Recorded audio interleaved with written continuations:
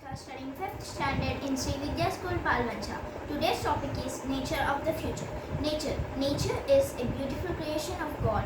It is a precious gift to all of us living on earth.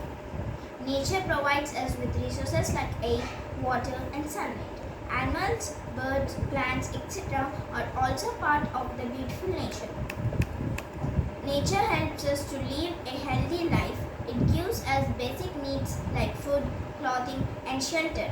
Nature has variety of beautiful flowers, color fish, skies, land, rivers, mountains, seas and many more things. All these things of nature are very useful and we must conserve them.